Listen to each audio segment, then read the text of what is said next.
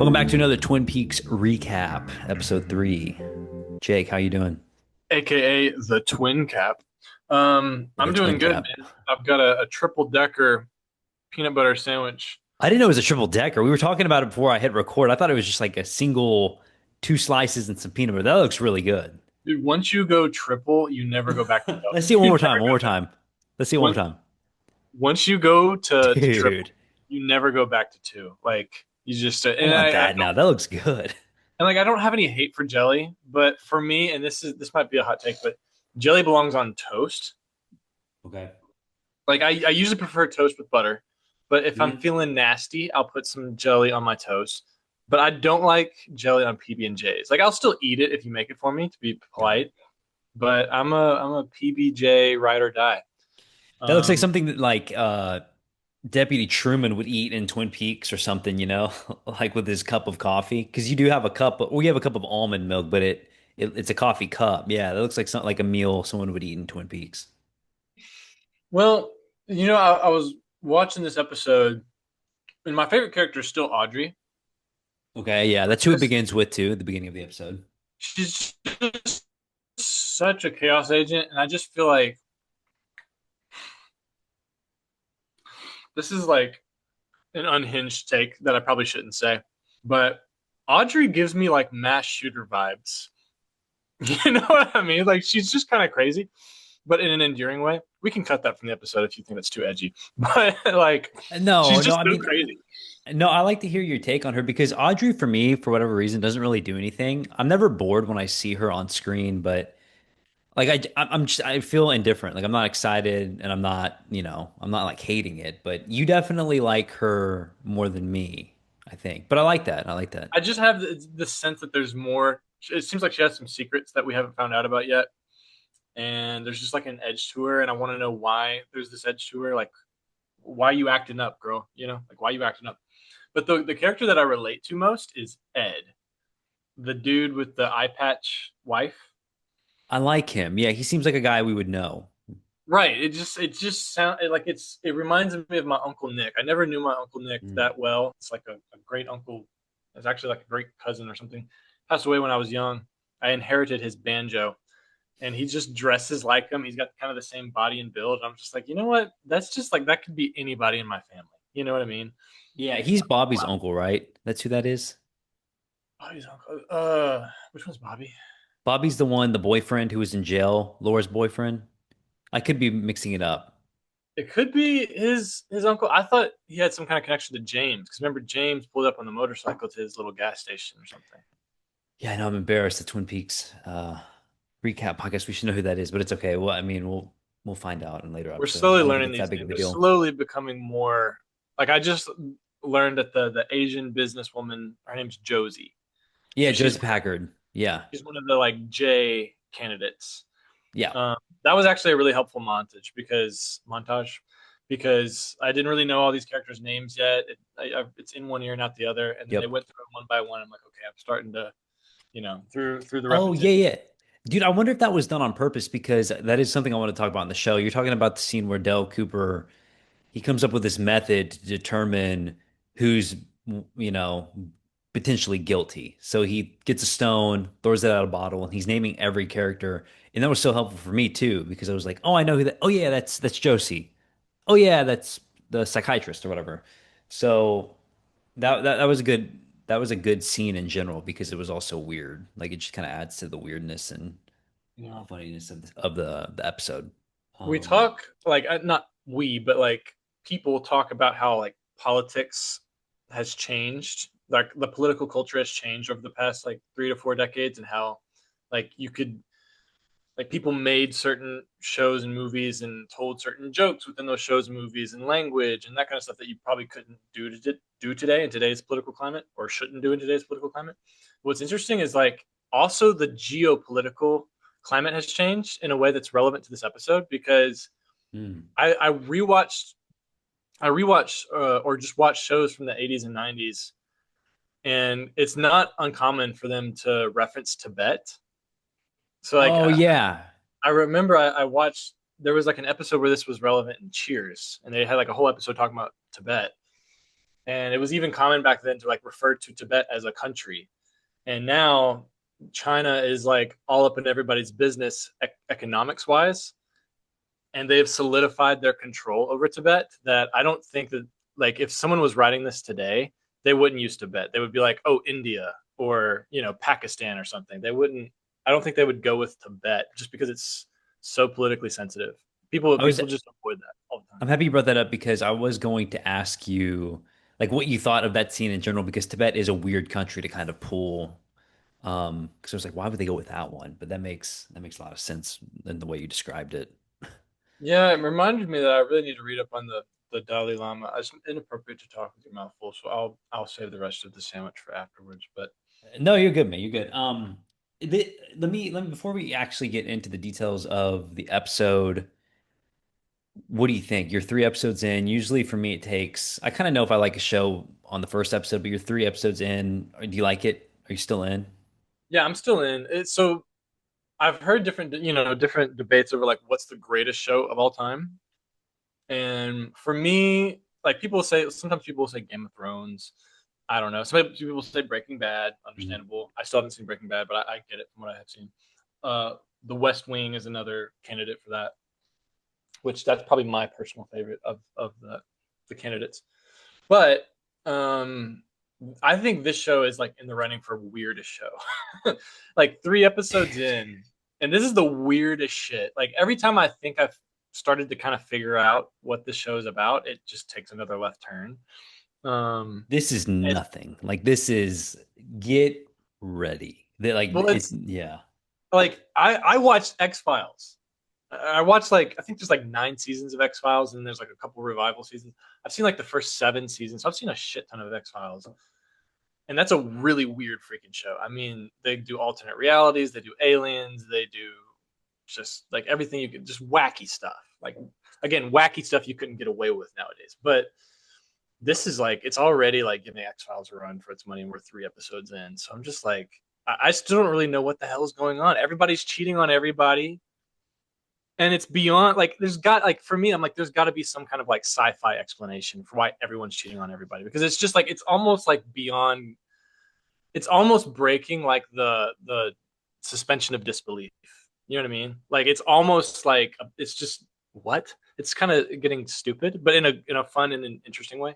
It's ridiculous. So that's kind of where I'm at. Yeah.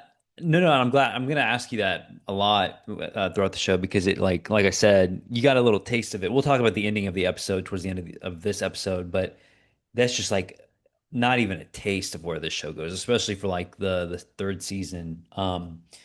But kind of when the episode starts, we're a new character, Jerry. He's in town. We open up with the Horn family, Audrey's family, and Jerry comes in already kind of wacky too. He like comes in all crazy, and they start eating like baguettes and cheese.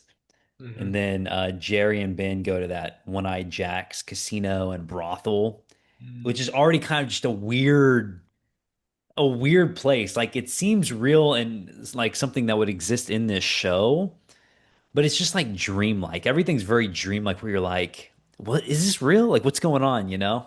It seems like that scene particularly. I was like, okay, this seems like ripped out of Eyes Wide Shut.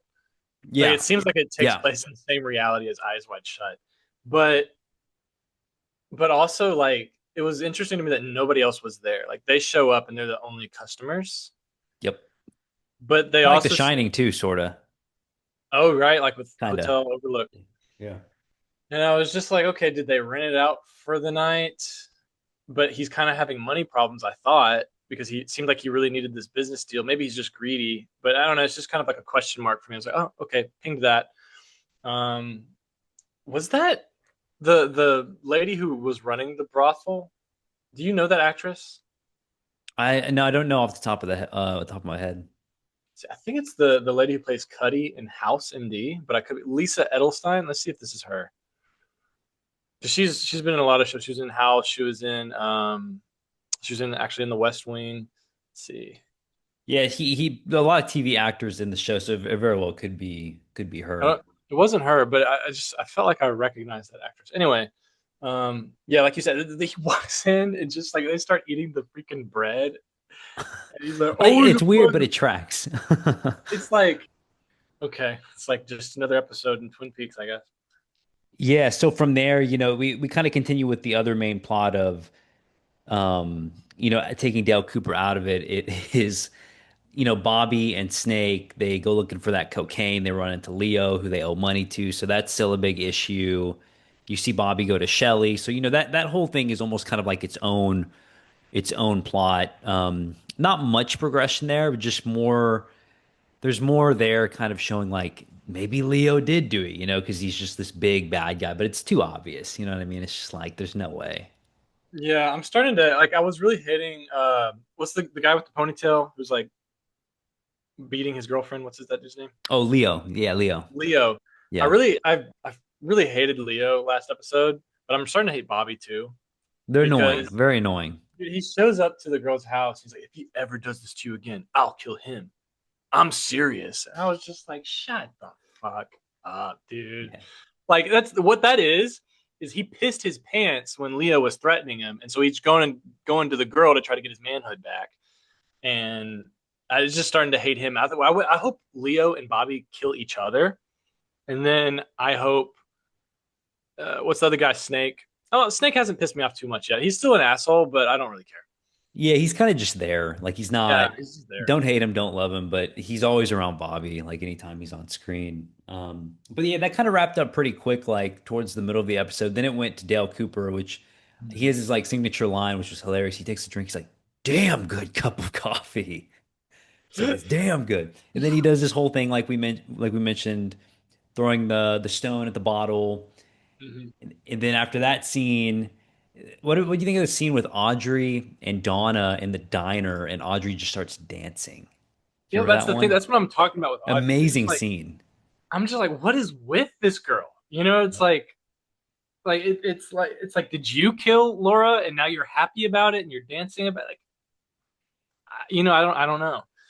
Um, yeah, I don't know. There was this weird tension between Audrey and Laura's best friend. What's her name? Donna. Donna.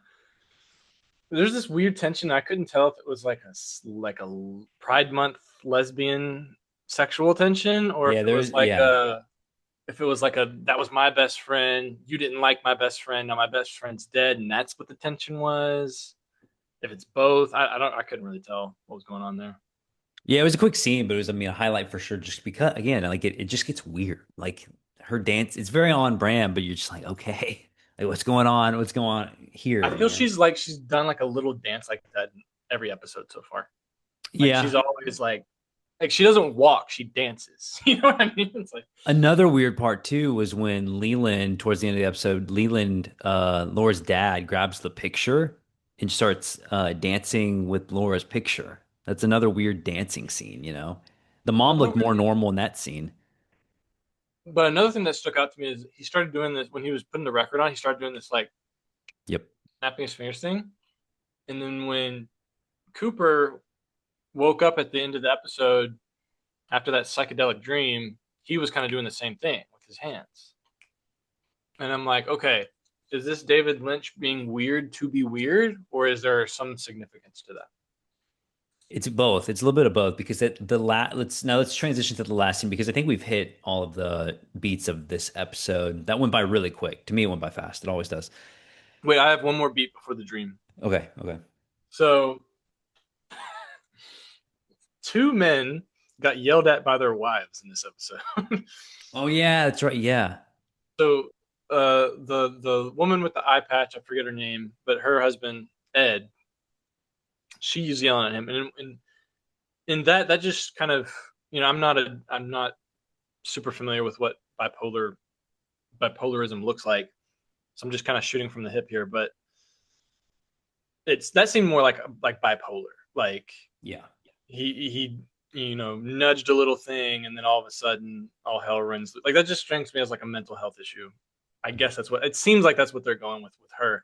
The other one with the two people from the factory, I don't know their names. They seem kind of like very minor characters. First of all, I thought it was hilarious when she was like, everything smells like fish out here. I was just like, that's such a random thing to say.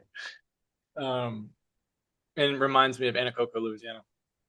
But she yells at him for something, you know. And I'm like, okay, well, what did that one seemed a little more like just like normal husband wife bickering. But I just wondered, like, it's definitely a parallel, you know, like two marriages where the wife is yelling at the husband. So I don't know if that's is that Lynch like venting, you know, being a little sexist and venting about his wife or whatever, or is there like again, is there like a storytelling like thing that he's trying to get at?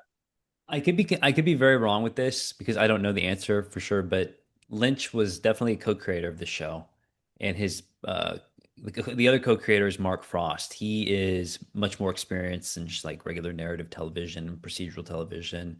And I think he's written some books too. And you can really tell, I mean, because I'm very familiar with David Lynch. I've seen all this stuff. And Mark Frost, the only thing I know by him is this. And it's so easy to tell like who Mark Frost writes and who David Lynch writes, which is why I think the show is so good because it's a blending of like this weird surrealism, abstract, situation that's grounded in a town that feels real, but not really at the same time. Everything looks familiar, but it's very dreamlike. So I think if I had to guess, I think those two couples arguing would be more of Mark Frost. I feel like he wrote because that seemed much like it was funny dialogue, but it seemed a little bit more natural. Like okay, yeah, I've seen this before. These couples fighting. That's just my prediction. Or those are my thoughts on that. I don't know if that's true or not, but Yeah, I was like, Mom, Dad. Um, yeah, it's funny because I see that blending that you see between like the more not just the natural and the surreal, but like the standard TV and whatever the fuck Lynch is trying to do with the psychedelic shit. I see the blend, but I think you because you know these people and you're more familiar with the show, like you can kind of see who's doing what, like which hand is at play more than I can. Versus for me, it just kind of feels like a fever dream. I'm kind of struggling to stay afloat the whole time in a good yeah. way. And okay, so now on to the last scene where Cooper he goes to bed. He has a very, very weird dream. He dreams of a guy named Mike and Mm-hmm. then a guy named Bob, which is the guy we talked about last episode whose face we would see. Mm-hmm. And Bob vows to kill again in this episode. He's like, I'm going to kill again. And then it cuts to Dale sitting in this room with a red curtain and a black and white floor. And in front of him is Laura Palmer and a small guy. That scene when it cuts to Cooper sitting in that room, that is like quintessential Twin Peaks. Like whenever people Yeah. say Twin Peaks, like that is the themed room that's like always popped up. That's like the iconic room that's going to pop up many times throughout the series. Oh, so we're going back to that. Yeah, yeah, like that is like if there's a Twin Peaks themed anything like at a theater or like at some event, they always recreate that room with the red curtain. And it comes back into play so many times. It's a very important room. And this is where the show really starts to get into like this is where it really becomes Twin Peaks. But that whole last part, the dream part, that's like pure Lynch. Like all of his movies and everything he's worked on has that feeling, like that surreal, abstract feeling. And for me, at least, I'm able to get on the wavelength. I don't understand everything the first time I see it, but I just get what he's going for and I can feel it, as weird as that sounds. But that's kind of how he intends to make those scenes. Let me ask you something about that room. Does it have like a name? Um, you'll see. You'll see. Does it is it like kind of only in his head, or is it like also a real place, or is it You'll like oh you'll see? you'll see. Yeah, it's very like it's a very important. Yeah, it's a very important room. Like it's a key room that you'll Okay. see many times. Okay. Yeah, Along with man. the small guy, the small guy. He's called the man from another place. The man from another place. Yeah, it's weird to me. I was when it begins, he's like kind of tossing and turning, and then that the bearded guy starts talking, and it was hard to follow everything that he was saying just because he was talking how he was talking. Yeah, it was But like a it, disjointed language. not to like make this, you know, I'm always going to be dragging religion and foreign policy and everything, so I'm not trying to. But it just called to mind like the books of Zechariah and Daniel because they're very kind of like psychedelic like that, and they have like these night visions, and it's just like, or even the Book of Revelation, it's just like, wait, what the hell is going on? What did you just say? And he's talking about like how like the devilish one. So it's interesting, not the devil, but the devilish one had this like he had a tattoo on his arm, or maybe gave him a tattoo or something like that.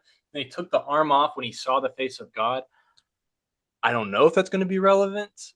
Maybe it was just Lynch or whoever, smoking a blunt. But I clocked that. It felt very like prophetic, like I'm being given a prophetic vision, which again ties kind of into what he was talking about at the beginning of the episode with the whole Dalai Lama Tibet thing. Oh, and did you catch that the receptionist lady was reading a book about Tibet? Oh When yeah, the yeah. agent came out? So not a big thing, but I was just, little detail.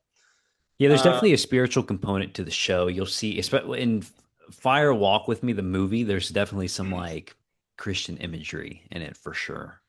I You'll gotta see it. wait 30 episodes before we get there, though.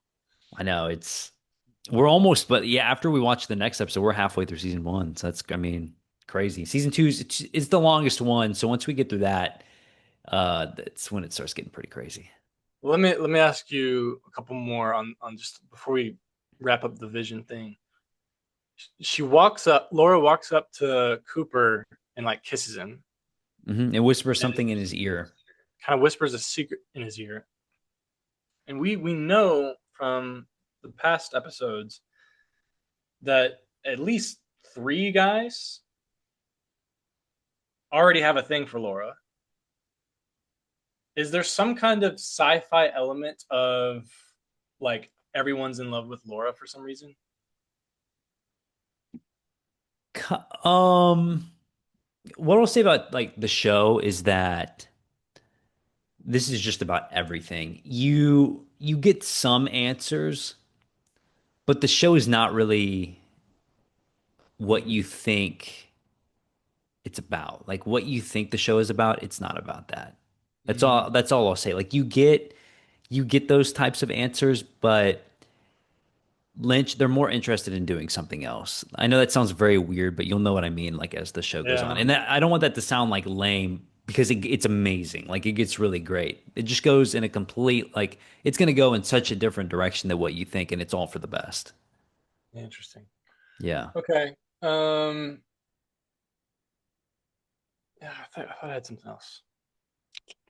Were you hype whenever he like as soon as he wakes up, he calls Truman. He's like, "I know who killed her." Like, are you like, "Oh, Mhm. Yeah, it's interesting. Now I'm mad that I gotta wait till tomorrow to watch the next episode. Do you nice, remember? nice watching it like in less than a week, like right? Like it's nice not spacing it Yeah, out like a full week." I mean, ideally, man, we could watch like an episode a night, but we'll I see. know. I know. Is there any significance to him being like older in the dream? He was kind of like an elderly Yeah. significance. Okay. Yeah, yeah, I would say so. Yeah, yeah. Especially for the return. I mean, because it's like he doesn't exactly look like that, but whenever we get to the third season, it's like 20, 25 years later, or not that many years later. It's like, well, yeah, it's Yeah, about it, 25 it later. is. Yeah, 20, 25, 26 years later. And Dale, he looks older, so it's like, it was kind of weird seeing that because it was like, oh, wow, it kind of looks like he did in the return. So, Yeah. yeah. Um, do you remember the first time you watched it? Did you have a guess as to who killed Laura at the end when you got to this point? Yeah, I mean, in my head, I was thinking like, oh wow, they're gonna find the killer soon. I wonder what the rest of the show is about. But I mean, you'll kind of see what happens. Because I'm like, there's no way they're gonna say who it is this soon, are they? Is it gonna be like a Homeland thing where they kind of get rid of the main plot and then it Mm-hmm. becomes something else? Mm-hmm. So you'll see what happens. Yeah, Right now, I'm just like, oh, I probably Leo killed Laura, I mean, he's the but most obvious answer, right? the show probably wants me to think that, so Hmm. I don't really have a good guess. Yeah. Is there anything else you wanted to talk about with episode three? I think that pretty much wraps it up. Other than I'm annoyed that I got to go watch Backrooms tonight. I'm like, could be watching Twin Peaks. Just kidding. I'm excited to see Backrooms. Yeah, kind of similar. I mean, like Backrooms has kind of a Lynch feel to kind of has a Lynch feel to it. But yeah, Twin Peaks is like the best. in It's like a awesome. I'm surrealist way. kinda. It definitely tries to go for that elevated genre feel that Lynch is a master of, but I mean, it doesn't reach it because King, he's only 19 years old, but he did a great job for his first movie. But I can't. The whole time I sat there watching the episode, I know I say this all the time. I can't wait for us to finish this and then for us to watch all of his movies because his movies are just, I mean, they're so good, dude. They're so iconic. How many movies did you do? Um, I think he's like 10. I can't remember the exact amount, but like 9 or 10 or something like that. Yeah. So I was reading on the Twin Peaks Wikipedia page that apparently Lynch passed away about a year and a half ago. Dude, he died. Yeah, that is like I think the most sad I've ever been with a celebrity dying, I think, just because I liked him so much and he was a guy who always had to fight for his projects because they were so weird. And I feel like he had so like, dude, he had so many things always set up at Netflix or another streamer, and they would just cancel at the last minute, like pull the plug. So it's a bummer knowing that like the last thing we got from him is really like Twin Peaks, like The Return. Yeah. Do you think now that he's gone that the hope for more Twin Peaks is kind of died with him, or do other people like care about the project enough to maybe Yeah, revive it? well, the interesting thing is Mark Frost is still alive, and he was a co-creator. I would say never. I mean, I'll never be like it's never going to come back because there might who knows it could, but I don't think it should just because Lynch is like so pivotal in that series, and Mm-hmm. without his touch, it would not be as special as it was. And you'll see like at the end of the return, I think it's a really good ending for sure. Like it's just Yeah, I mean, I solid. saw it's got a lot of episodes. The third season, it's got like 18 episodes or something like that. Yeah, So yeah, they're all like close to an hour long, but it's like it came on Showtime, so it's a quality production. Everything looks really good, and it's jarring to see because you're like, oh man, like they actually gave him money to make 18 episodes of this. You'll get pumped, dude. You'll be really pumped for it. yeah, because if it would make sense if it was like, oh, sure, go make you a 6 episode little sequel miniseries, but 18 episodes, jeez Louise. Marvel tried to do that with Daredevil Born Again, and their production got all messed up, so they divided it into 2 seasons. Dang, it's crazy. Yeah, it's cool, man. Season two, like it's good, but it's definitely my least favorite. Once we get through that, I'll be so hyped, dude, for the Wait, movie. season one is your least favorite? No, season two. Oh, season two. Just Oh, because okay. season one is amazing. Season two is still really good, but I always get really excited to watch the movie, and then the return is just so good. Like it's amazing that it ended up being that good. And a lot of people proclaim that to be one of the most like important pieces of art like ever. Nice. So you'll be hyped for that one for sure. Well, we got all summer. Yeah, yeah. So we're gonna try to watch episode four tomorrow. Probably we'll probably have that episode out. I looked at our views and we're getting some views, dude. Some On the Twin Peaks or the Yeah, TBTV or the both? Twin Peaks has like 20 or something, but the summer recap is like 45, I think, or 40 or something like that. Pretty good. There's dozens of fans, Yeah, dozens. so many fans. But yeah, we'll try to get that out tomorrow night, and then I don't think we're gonna stick to like a release schedule for the Twin Peaks stuff. We're just gonna try to watch it like the episodes when we can and record the episodes because this is really easy. Just to like watch it, record an episode. It's quick. You people will get your twin caps when we say you get the twin caps, and you'll be grateful for it. Yeah, you'll have to wait as long as we make you wait, but it'll be worth it. Clearly, it'll be worth it. Clearly. So where can the people find you? They can find me at JKH Bennett, TikTok, LinkedIn, and that's all. Oh, and Letterboxd. Letterbox. Yeah, yeah, you can find me Tyler Tompkins at Letterbox and TikTok and Twitter. We will see you soon with episode four.